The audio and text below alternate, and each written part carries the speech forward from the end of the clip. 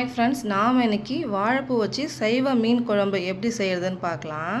நான் இங்கே 1 ஸ்பூன் கடலை மாவு, 1 ஸ்பூன் சில்லி பவுடர், 1 ஸ்பூன் சோள மாவு, அரிசி மாவு 1 ஸ்பூனு, சால்ட் எடுத்துருக்கேன், உப்பு, அதை நான் இதில் சேர்த்துக்கிறேன். அடுத்து நான் இங்கே வாழைப்பூ க்ளீன் பண்ணி வச்சுருக்கேன், அதை இதில் சேர்த்துக்கிறேன். கொஞ்சமாக தண்ணி விட்டு நல்லா பிசைஞ்சிக்கோங்க.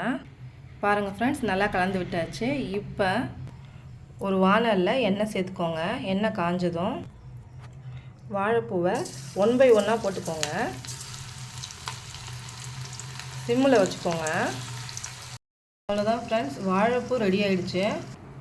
இதை ஒரு பிளேட்டில் மாற்றிக்கலாம். அடுத்து நான் இங்கே 10 சின்ன வெங்காயம், 2 பெரிய சைஸ் தக்காளி, 5-6 பல்லு பூண்டு வச்சுருக்கேன்.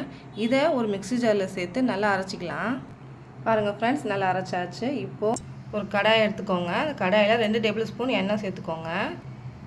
கடுகு, நான் இந்த பிளேட்டில் கொஞ்சமாக வெந்தயம், சீரகம், கருவேப்பிலை வச்சுருக்கேன், அதை இதில் சேர்த்துக்கலாம்.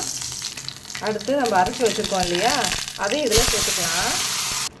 அடுத்து நான் இங்கே 2 டேபிள் ஸ்பூன் குழம்பு மிளகாத்தூள், தனியாத்தூள் 1 ஸ்பூனு, கொஞ்சமாக மஞ்சத்தூள் இதில் சேர்த்துக்கிறேன்.